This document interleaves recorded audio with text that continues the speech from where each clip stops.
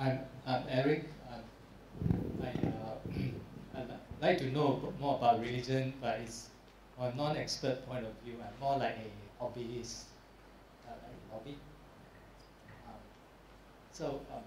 Thank you, Swamiji, for the enlightening talk. Religion and spirituality, why do they matter? If I may, I'd like to define the scope a little bit more to a smaller area. Namely, why do they matter in the context of science, if I may. Now, if we look at mathematics, the concept of zero, I believe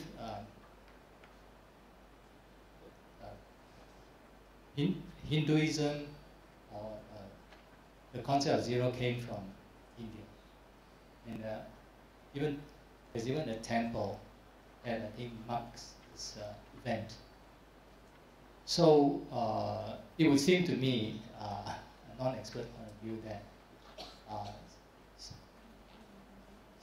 perhaps, correct me if I'm wrong, perhaps this concept of zero came about from someone who was very spiritual as well as religious, perhaps following the Hindu faith.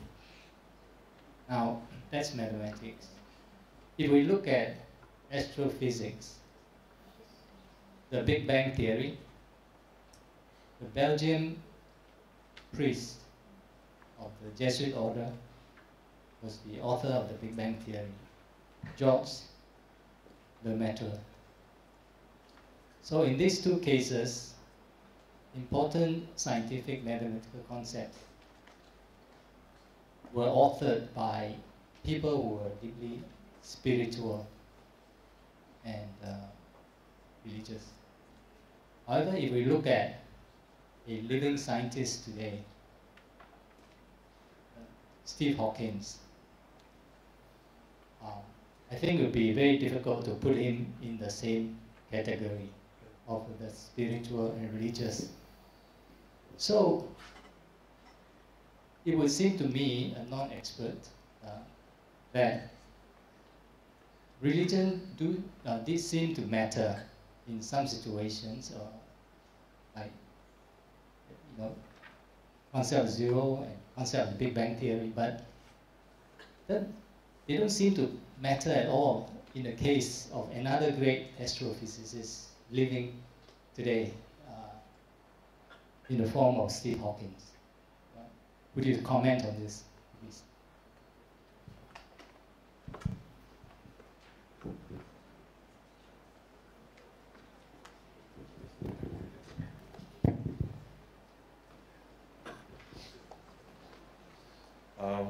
Muhammad Handan from Moise. I know that English is a common language here that we use. Yes. English because that's the language you all share. Yeah. But language is not neutral. Language is not objective. Each language carries certain meanings, concepts, ideas. We use religion and spirituality in English, and we are subjected to the categories by this language. And therefore we ask the difference between religion and spirituality. You can be religious but not spiritual, or you can be spiritual but not religious. And then another concept, ethics, morality. So we're using language with certain categories of things. I wonder whether in Hinduism, I mean for us as Muslims, yes, Islam was revealed in Arabia, and the language is Arabic, but we also believe that by divine wisdom that God chose Arabic for a certain purpose. And the biggest miracles for Muslims is really the book, and the book is the language. And therefore we refer often to the Arabic language when we talk about certain difficult and important concepts. My question here is, in Hinduism, with whatever language that probably as the authoritative language, is there such distinction made between religion and spirituality? Are we subjected to that categorization of things? Or is there in Hinduism a concept that actually does not make that difference between religious and spirituality, and therefore this discussion about religious but not spirituality becomes irrelevant?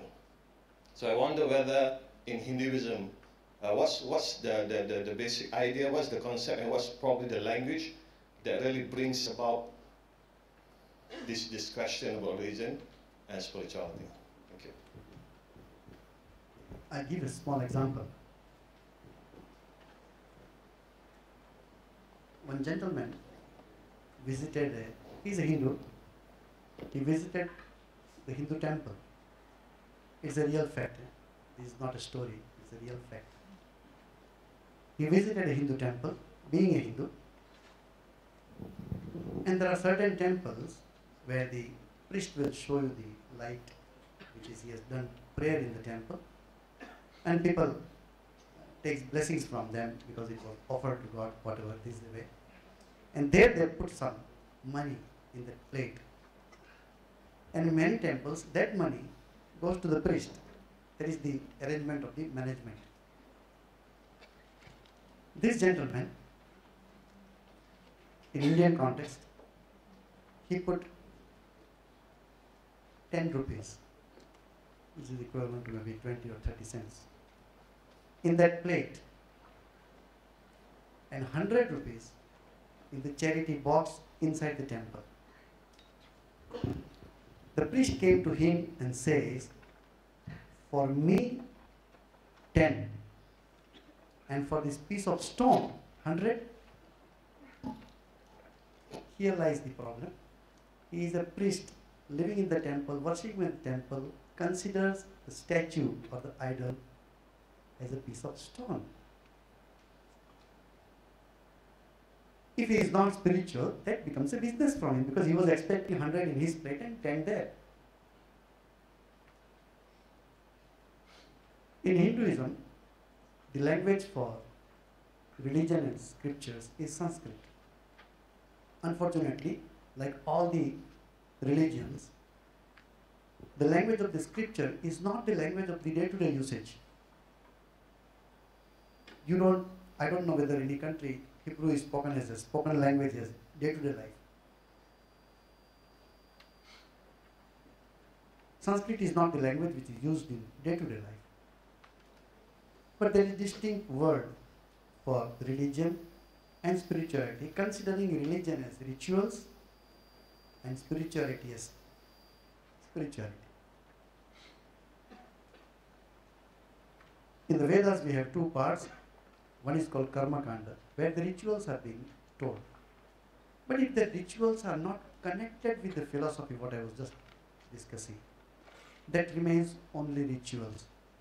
And that's why, if you see the history of Hinduism, these rituals were practiced by this group of people, and they hold that ritualistic practices in a lineage in the family. They didn't know the philosophical content of that, so their children also didn't know. And many priests, when they utter the mantras, I don't say everybody, many of them do not know the meaning of that. We are not priests, we are monks. We study Sanskrit to read the scriptures. So we come across these mantras also. Many times it has happened in some temples when I went. The priest was telling mantra. I pulled his shirt and said, this is not the mantra for the deity which you are talking about. This is the different deity. He said, oh, don't tell others. I used to go to a place where the confluence of 3 rivers are there, and that's very holy for Hindus. First 2 or 3 times I needed the help of a priest. Then I told him after some time, you will get your fees. You no need to tell the mantras. I will tell myself, or I will tell to my other swamis. You learn the mantras. There is nothing wrong about it. So that question, when it comes, when concept is to be interpreted, whether you interpret in English or you interpret in any other language. But I accept one thing. As soon as the language changes, the meaning of the word changes. Other day I was talking to the police officers, I need little help. Recently you had a month of Ramadan, correct? And people say I'm fasting. What is the original word in Malay or Arabic for fasting? What is the true meaning of this word? True meaning of the word is not fasting. True meaning of the word is controlling the patience. Where the controlling of patience word comes or the meaning comes, and where the fasting comes. Then we were discussing, if by, with due respect, my respect, in Hinduism also we have fasting. We don't have a month of fasting. There is 1 month which recently passed because Shravan. In the month of Shravan also, many Hindus will fast. But it is, as I told, Hinduism is not an organized religion, so there is no compulsion on anything. Whether good side or bad side is a scholars to think about. So this fasting, if by not eating, if can go closer to God, there are millions of people who do not get food twice a day. They should be closer to God. So fasting is not non-eating. Fasting is as you do not eat food for a certain period of time, in the same way, you do not take anything of this world through your ears, through your eyes, through your senses. To restrain your senses. That's the meaning. But symbolically it is fasting. So fasting doesn't make you spiritual. Not eating doesn't make you spiritual. Not eating is fasting coupled with your prayerful attitude or a spiritual attitude that makes you spiritual. If by not eating, if somebody can become spiritual, I am ready to fast till death. But you do not do that, you cannot become that. Anybody Jain here, following Jain religions? What is 1 month fasting? 12 hours you don't take, or evening you take, or morning before 5 o'clock you take. I am born and brought up surrounded by Jains. Whether you accept it or not. I have seen people in Jain religion fasting without water for more than 2 months. They just do not take anything. That is the extreme fast. That is Jainism. But that is penance in which way? That austerity in which way? Not that I do not fast, then do what? Just watch TV. No. Then you cannot begin. Spirituality and ritual, here it differs. Fasting is the same. All of you believe, whether whichever religion you belong to. Fasting is common, whether you do it on daily basis or monthly basis or whichever. Fasting doesn't make you closer to God. Fasting makes you closer to. In fasting, beautiful word as the gentleman told. In Sanskrit we have a word for fasting called upavasa. Upa means closer or near. Vasa means to stay. To stay more closer to God is fasting, called upavasa. Now upavasa is translated in fasting. Fasting has no connection with upavasa. So here is the idea. When language changes, the problem is the original word meaning changes. One who has translated the Malay word into fasting, I was talking to them, make the fasting word less popular, and this controlling of senses or controlling the passions, make that word more popular for fasting month. It makes us more spiritual. Coming back to the question of you, sir. I am not good in science. Yes, I have heard zero as a mathematical figure was invented in India. Every country has contribution in the culture which the world enjoys today. As you say, the scientists nowadays, even I have heard the interviews, I don't heard because he doesn't speak. I have read the interviews by Stephen Hawking also. He says, I don't believe in God. I don't say about him, he's still alive. It was a British time in India. It was in 1912, 13, 11, during that period. Two British ladies came to one of our Swami and told the very question this lady asked, that we are not religious and spiritual, we do social service, we do charity, we help people. Will we reach God one day? This was the question by those two ladies to the Swami. Now the Swami is practically an illiterate monk. He is a highly spiritual person, he is not even a scholar. He can't even speak any language properly. He says, in his language, to his assistant to convey to those ladies, told to the Swami who was assisting him, please convey to the ladies, they do not know that they believe in God. How do that I know? How should I say that I do not know whether I believe in God or not? He says, when you help people, very interesting, when we help people, you spend your time, you spend your energy, you spend your money, what you get in return? Most of the cases, no thanks also. All the charities know that. Still you do it. You know when tsunami occurred, how much donation was collected in Singapore? I've heard. Sorry if I'm wrong. It was practically maximum in the world. It was almost 42 million. People died somewhere. Not a single person in Singapore died. What is your heart connection with an unknown human being who died? An unknown race where I have not even gone there. What is the connection that you pour your money and you do not want anything in return? That happiness which you get, that feeling of compassion, feeling of brotherly attitude, or that great feeling in a way, we get by helping people and remove some of their pains. That feeling, you hanker it to get again and again. So you keep on doing charity again and again. You don't need thanks for anybody. We receive donations many times. You won't believe. On the check there is no name. Account number is there. And there is no covering letter. They just want to send donation.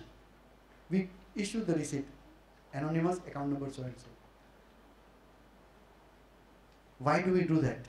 Nothing we do in this world, nothing we do in this world where we do not get anything in return. But here is something. The donation becomes a spiritual practice provided you have this feeling in your mind that my heart feels very good when I remove pains from people. All of us know. If there was somebody in dire hunger or poverty, you immediately take out something and give in donation. You want to remove that pain. There is no philosophy required. It's a feeling required. And that feeling we are born with. When it is not there, we call them non-spiritual. So far as his question, 1 minute, that the scientists don't believe in God.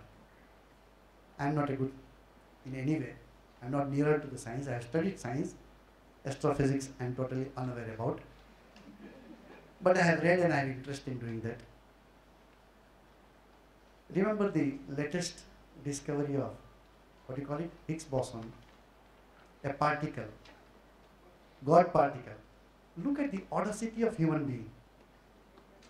And it came in newspaper, we do not need God to call him as a creator of this world. We have found a particle by which the world was created. My simple question is this as a layman. You know when they experiment, the experiment where? Italy. Switzerland. They experiment in Switzerland. How many meters down, sir? 200 meters down in the earth. Team of how many scientists? Innumerable. Spending money how much? Innumerable millions. For one particle of Higgs boson, you need to spend millions and tens of most intelligent people in the world joined together. To create this huge world, don't you think any intellectual power is required? We call that power God. He need not be a person in flesh and bone like you and me. It's a principle of nature. So when the scientists say, I don't believe in God, I as an ignorant Swami says, maybe he doesn't know that he believes in God. I remember a small conversation between Sri Ramakrishna, under whose name our mission is. Somebody came and read a book of a scientist. He is unlettered man, he doesn't know. So he said, does that scientist believe in God? The devotee says, no, he doesn't believe in God, but he believes that there is a power behind this world who organizes and runs this world. This saint called Sri Ramakrishna started clapping and says, He believes in Divine Mother, who is called Shakti, the power. Who in Hinduism, God is also a female figure as a mother who creates this world. As the mothers, we are all created by our mothers in the same way. So God need not be, our concept of God is very limited. First of all, God means 99% He. There is no He and She in God. God is principle. Thanks. Thank you. Okay, can we have a few questions before we wrap up this session?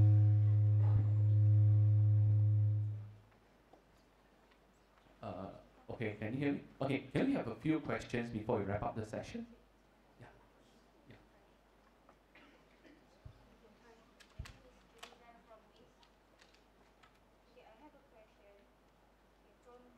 Okay, can't hear you. Maybe you can keep the question short, okay? Very concise. Yes, okay. Hi, my name is Judiza. I'm from MUIS. Okay, my question is, from Hinduism perspective, how do you approach a person who thinks that he is religious and spiritual at the same time, but tends to hurt people's feelings through his actions and words? That's all. Thank you. Yeah, good evening. My name is Karim. I am coming from Singapore Bangladesh Society. Religion is a guideline of life which we are practicing all the good things prescribed and rejecting the bad things. And continuously practicing this religion, people become spiritual. But nowadays, we find people are going away from the religion.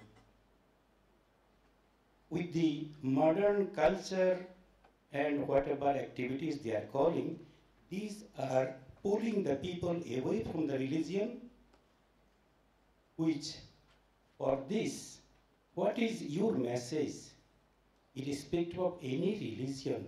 How to bring the people towards the religion and practice good things and reject the bad things? Thank you. You have two more questions. Swamiji, I am Dilip, coming from India. My question is like in your discussion you said the people who founded religion, they're basically the one who do a lot of austerity. They know about the Lord, they know about the God. So my question is like, if those people really know God, then why there are different set of practices? Why there are different religion?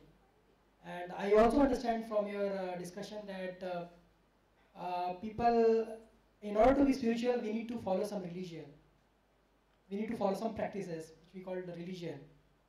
So what would be that common religion if all the religions of today's world mix together or merges together? Okay, one last question. Swami, you answer the questions first. First and foremost, this question is asked long before. Actually, during dinner time we were discussing. Somebody told, "Are you afraid? So many questions may come." I thought basically there are very few questions in the world. All other questions are part of that. The fundamental one question is this: why there are so many religions? You took dinner. If you put, I didn't count, but many items were there. I do not think there could be some who has taken all the items, but sometimes we leave few items and take some items. If filling the stomach and appeasing the hunger was the goal of eating, why you need such a spread dinner? Just make one dish and fill up the stomach. Our mindsets are different, our cultures are different, we live in different parts of the world, different climates, different requirements.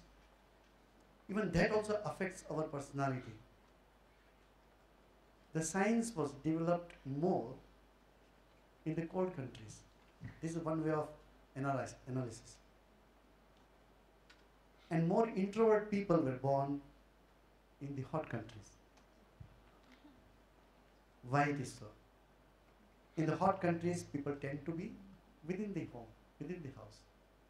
And in cold countries, they keep up. This is not my imagination, this is the proven facts people have written, the scholars have written. Anyway, yes, there are varieties in everything. So there are varieties in religion also.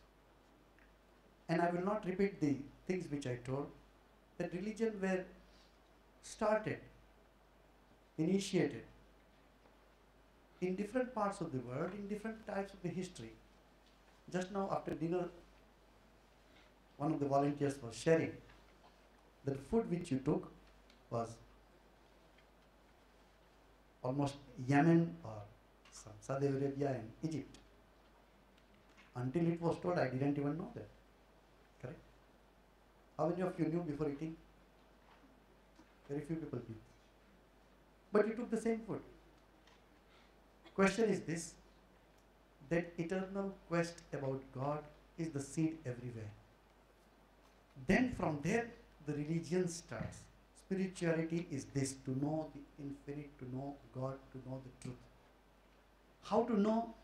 Of course, in different places, different habit, different culture, the solutions, similes, examples, language, dress will be different. And that makes different religion different. It is totally absurd to think that there should be only one religion. Then there should be only one language. There should be only one dress code. There should be only one food. So thing is this, let there be as many people, that many religions. It doesn't matter, because these are paths. All of us came to this place by different ways and different roads and by different mode of transport. If you make, no, everybody should come by the same road, by the same mode of transport at the same time, this is illogical. Secondly, the great saints have told that all the religions came into picture by the wish of God. I remember long before somebody met me and told, I am Muslim. I smiled and told, by the wish of the same God, I am Hindu. By the wish of the same God, somebody is Christian. I remember in one place, long before, I was not born at that time, but I heard the story. There was a fire in one of the church next to our mission. At that time, fire brigade was not a big thing as we have today. So people rushed with the water, maybe in the pails and buckets and whatever. Our Swamis also ran to the church. It is little distance. I visited that place. Met the father there. The father asked the Swami, what makes you to run with water? The Swami says, my God only stays in your church, and your God also stays in my temple. Church and the temple are created by us, not by God. God is only one. To understand that, a church was made in one day, a temple was made in another day, a mosque on another day. That's what Hindu believes. Coming to the question from above is from there. A person who claims to be religious and spiritual, when his or her behavior doesn't match, what is the message for them? What is the idea for them? Either he wrongly told you that he is religious and spiritual, either you mistook him as a religious and spiritual. A true spiritual person cannot hurt anybody. In our scriptures it is said, not by action, not by hands, not even by speech, not even by thought you should think of bad of others. Correct? In Islam also it is said the same. Of course every religion says the same. There is nothing new.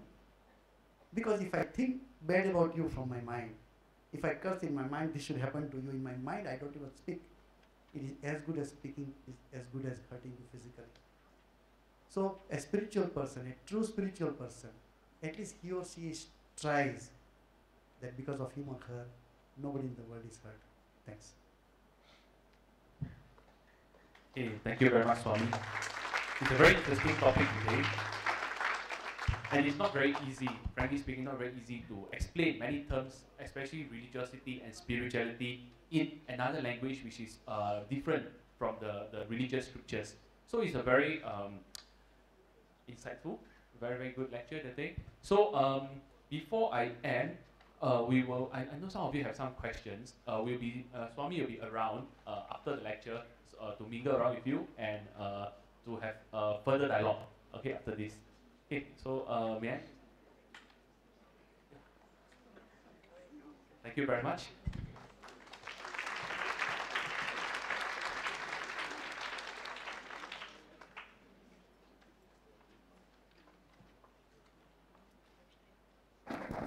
Hello. Okay, sorry. I'm sure it's been a very enlightening night for us.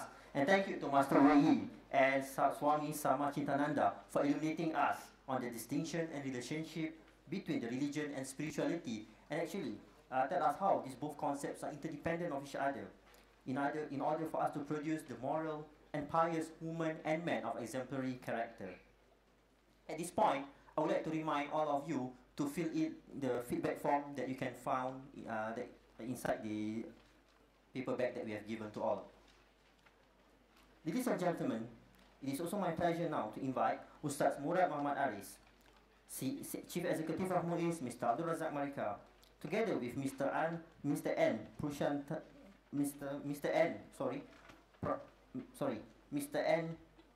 Prushat Thaman, the Vice Chairman of the Hindu Advisory Board, accompanied by the Head of the Harmony Center, Ustaz Fazali Jaafar, for the presentation of the tokens of appreciation. Gentlemen, please.